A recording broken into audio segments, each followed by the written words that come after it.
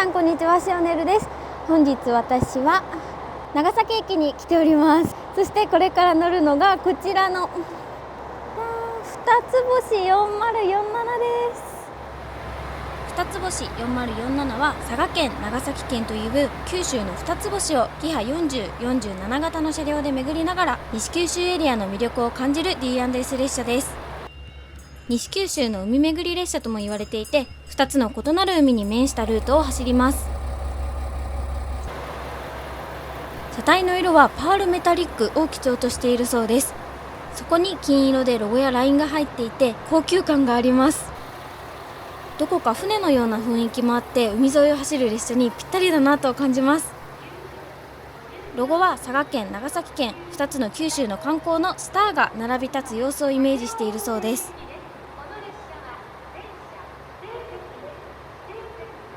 早速乗車します。車両は特急はやとの風、伊三郎、新平として活躍していた車両を改造した3両編成です。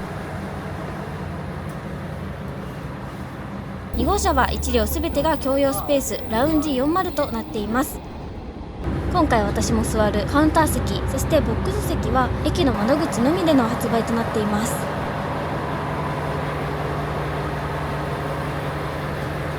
こは結構個室空間みたいな感じになっていま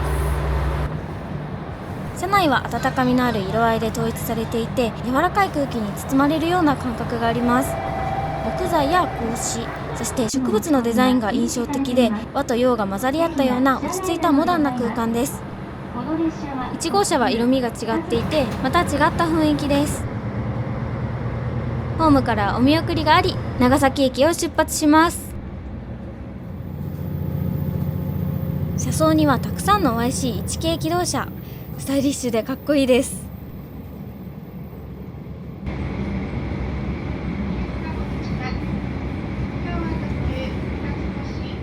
実際に座ってみると私だけのおしゃれな喫茶店みたいな感じになっていて、これで移動するというのがより楽しみになります。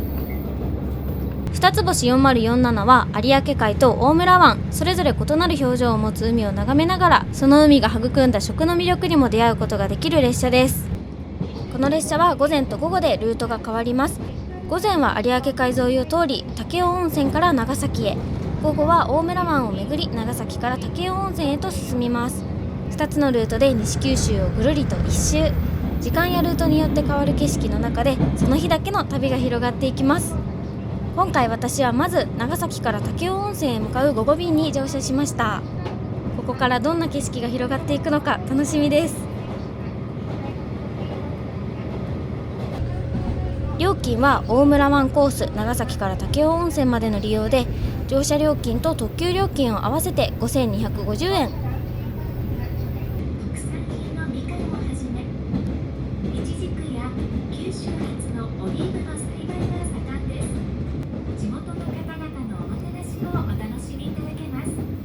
おもてなし駅があるのも観光列車の魅力。長与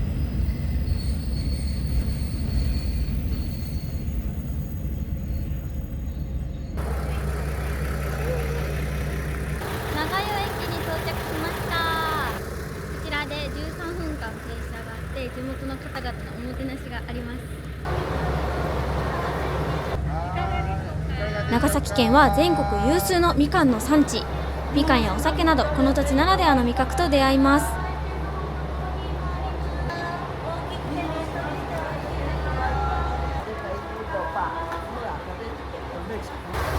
んジュースをゲットしました。これを聞くとなんだか落ち着く D&S 列車といえばのベルで発車の合図です。皆様進行方向左側をご覧ください。地元の方々が手を振ってくださっております。よろしければ皆様も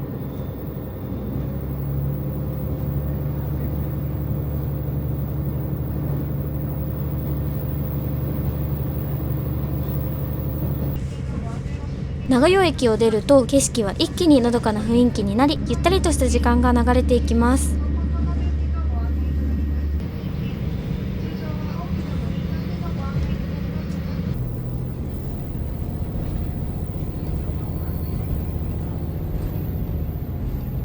車車内の至るところに様々なエンブレムが散りばめられていて、宝探しのような楽しさもあります。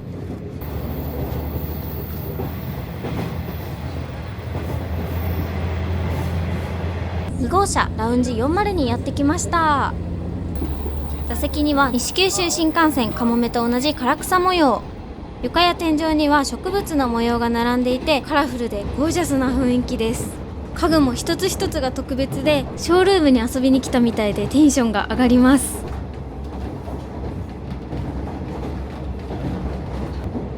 ここではオリジナルグッズやお土産、飲み物の販売も行われています。嬉野茶やそのぎ茶を使ったお菓子のほか、柑橘ジュースや地酒など沿線の味もたくさん楽しめます。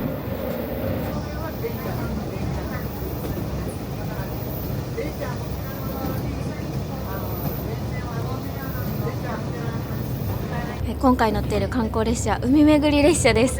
メインの海がだんだんと近づいてきました。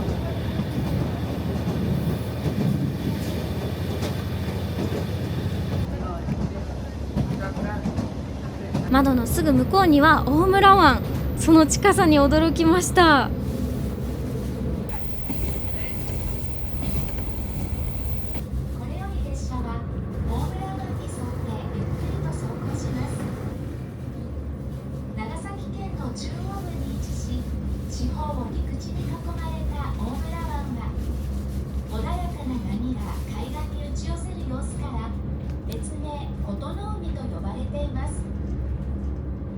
湾内ではカブトガニやスナメリが生息しており、真珠の養殖が行われています。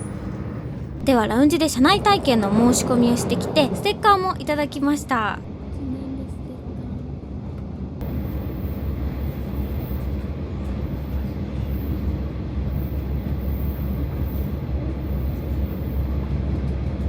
みずみずしい甘さの中に程よい酸味があって、とっても爽やかな味わいです。座席がゆったりと特徴的なこともあって、こたつで食べるお正月みたいな気分で車窓を眺めながら長読み感を味わえました。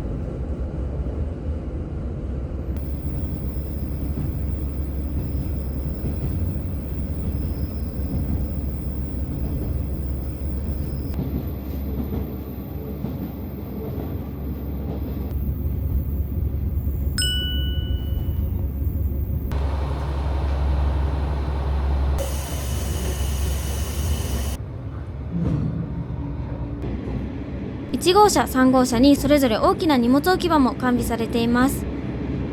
手洗いは1号車にあって男女共用です。大きな鏡もあります。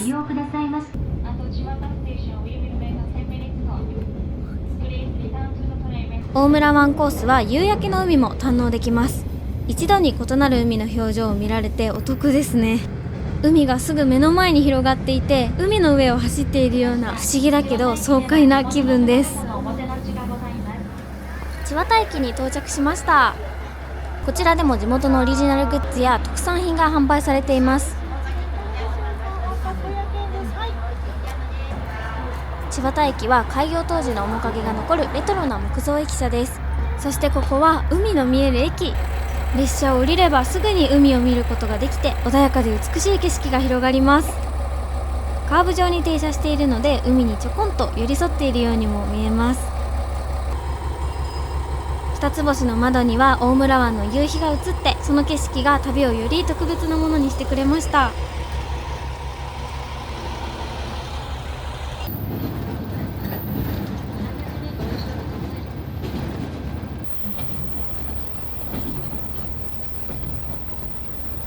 では T&S 列車ならではの車内体験イベントの時間です。大村湾コースでは嬉野冷茶の飲み比べ、同じ茶葉から作られた3種類のお茶ですが、香りや色、味わいがそれぞれ異なっていて、発酵の違いでここまで変わるものかと驚かされます。列車とつながる場所で生まれた味わいをそのまま車内で楽しめるのも魅力的でした。ハウステンボス駅に到着です。大村湾の穏やかな水面に映るハウステンボスと二つ星。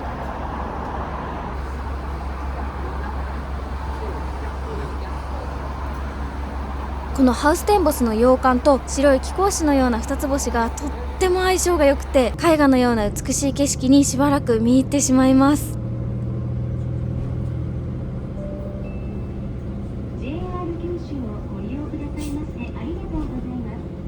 これも D&S 列車では恒例なのですが、アメちゃんをいただきました。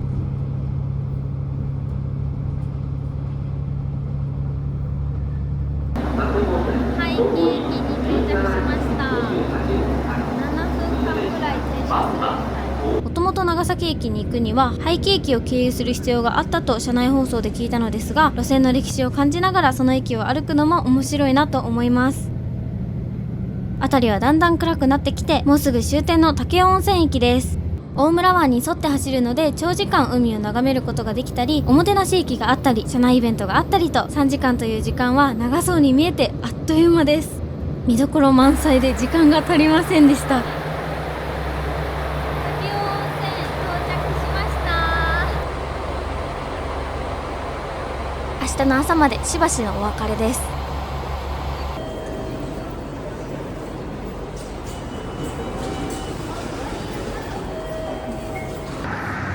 ということで今武雄温泉駅これよく線路なんですけど、今日はせっかく武雄温泉に来たので宿泊してゆっくり温泉に癒されて、明日楼門をね見に行ってから帰ろうかなと思います。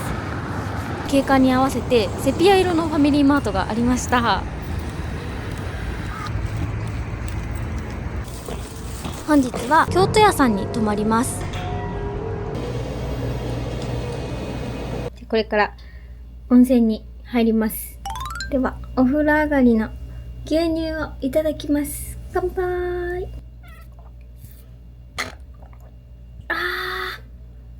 最高。温泉はめっちゃちゃんと温泉を感じられる泉質で、ちょっと肌にまとわりつくすべすべになるぬるっとしている感じのものがあって、もう最高でしたちゃんと伝わってるかな。今日も一日お疲れ様でした。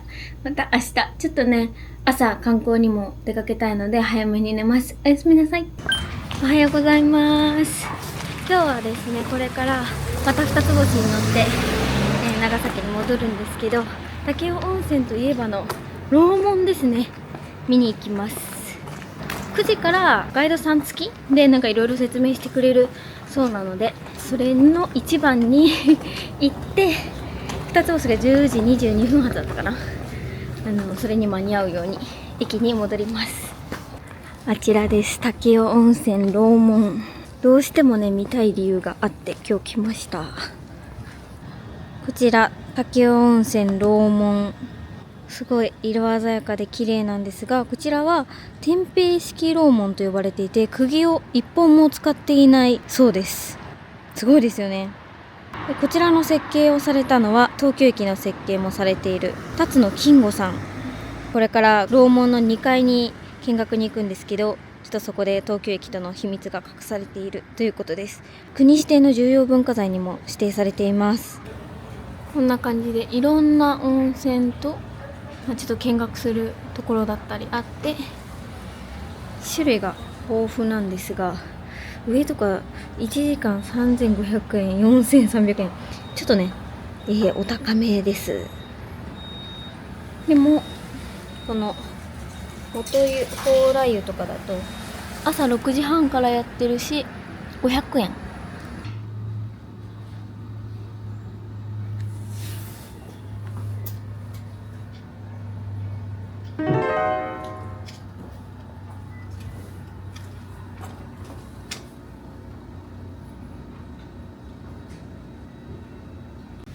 うわー、すごい。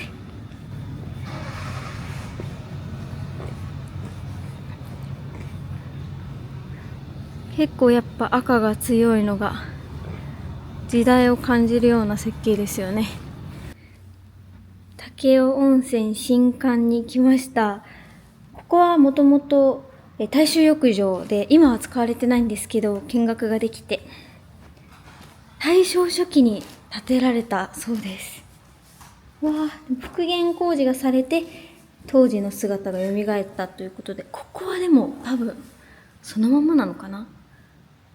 うわーすごい。ここでみんなでいろいろ会話したりしてたのかな。温泉に入ってみます。よいしょ。結構この浴槽が深くて、私の腰位置ぐらいですね。でこう腰掛ける椅子があります。足を伸ばして腰掛けられるスタイルはあんまり今はないんじゃないですかね。目線はこんな感じ。ライトとかもおしゃれですね。お花が降ってきてるみたいな。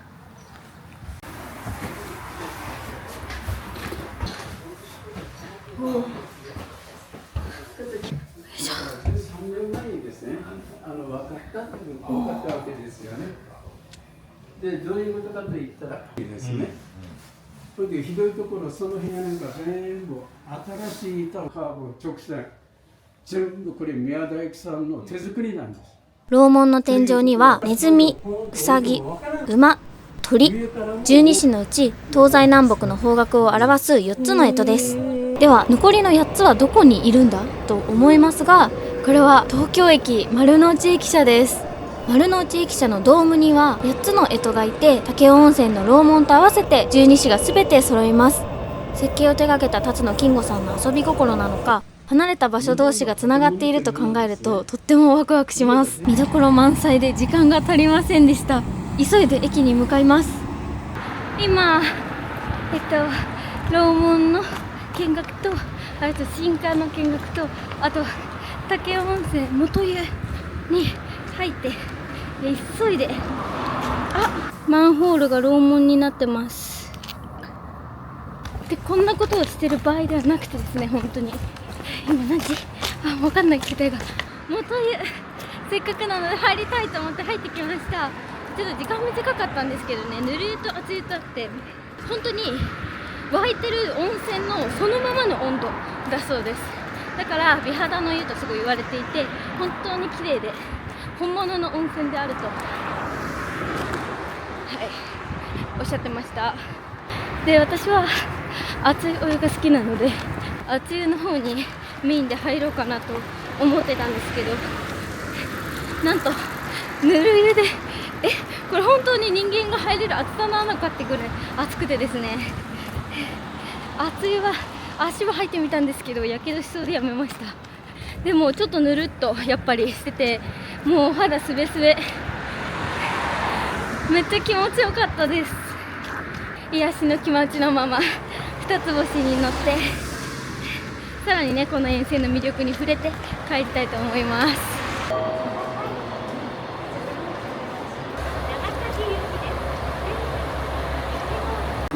本日のお席はこちらのカウンター席です。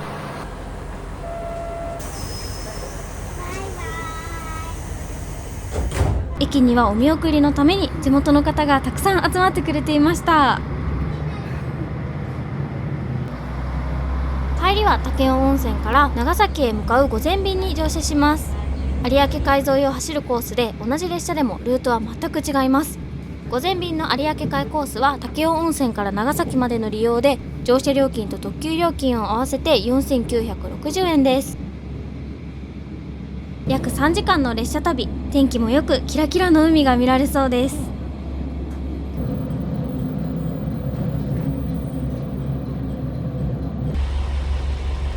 最初のおもてなし駅、江北駅に到着しました。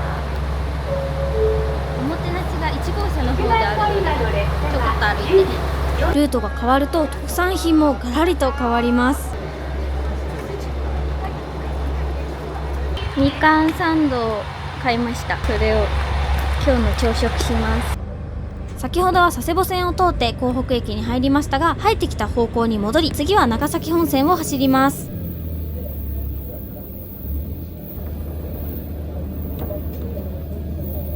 ではラウンジで先ほど購入したみかんサンドをいただきます。クリームたっぷりです。優しい甘さのクリームとすっきりとした甘さのみかんが相性バッチリでした。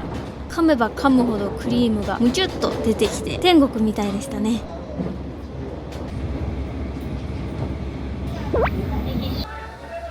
目のおもてなし駅、備前浜駅に到着しました。備前浜駅は酒どころとして知られる肥前浜宿の最寄り駅です。お酒はもちろん、お酒に合うおつまみや地元の特産品も揃っています。駅舎には浜バーが併設されていて、鹿島の地酒を飲み比べることができるそうです。薄いピンクと木材でパステルな可愛らしい雰囲気の駅舎。ピアノもあって幼稚園を思い出す温かさでした。お土産も購入して写真もたくさん撮って、ベルが鳴って急いで戻って再び出発します。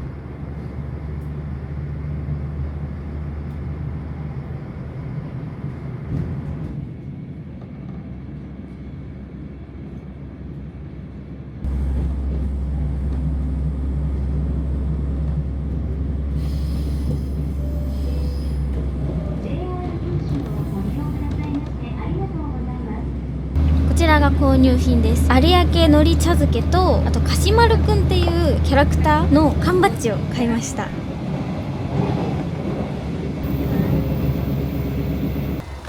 続いては、いいことが多いと書く多良駅。ホームには訪れる人の幸せを願って幸せの鐘が設けられています。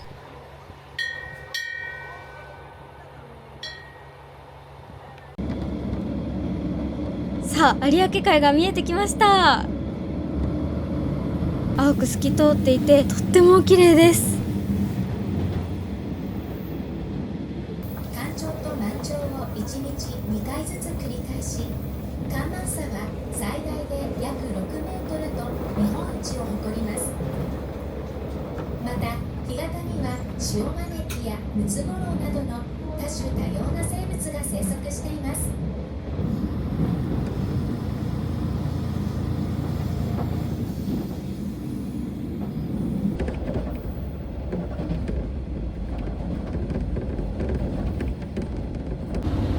小長井駅に到着しました。線路のすぐそばには海が広がっていて、物語の世界に来たかのような景色です。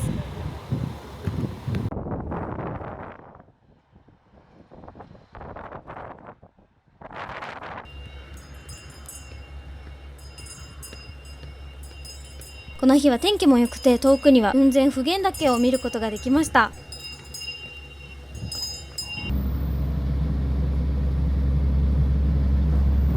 有明海コースでも車内体験を楽しみます。今回は佐賀海苔の試食です。有明海で育った海苔について学んだ後、初摘みの焼き海苔をいただきます。有明海の景色を眺めながらいただく海苔の試食。目の前に広がる海で育ったものをその場で味わうという時間は、味だけじゃなくて視覚情報からもその味を感じられて、とっても贅沢でした。そして笹かまに巻いたり白米に巻いたり、いろんな食べ方ができて、ちょっと遠足気分ですごい楽しかったです。これより進行方向右側に大村湾をご覧いただけます。海にこんなに近いところを走っています。もうこの景色を眺めているだけで、いろんな考え事とかが全部吹っ飛びます。大村湾を一望することができます。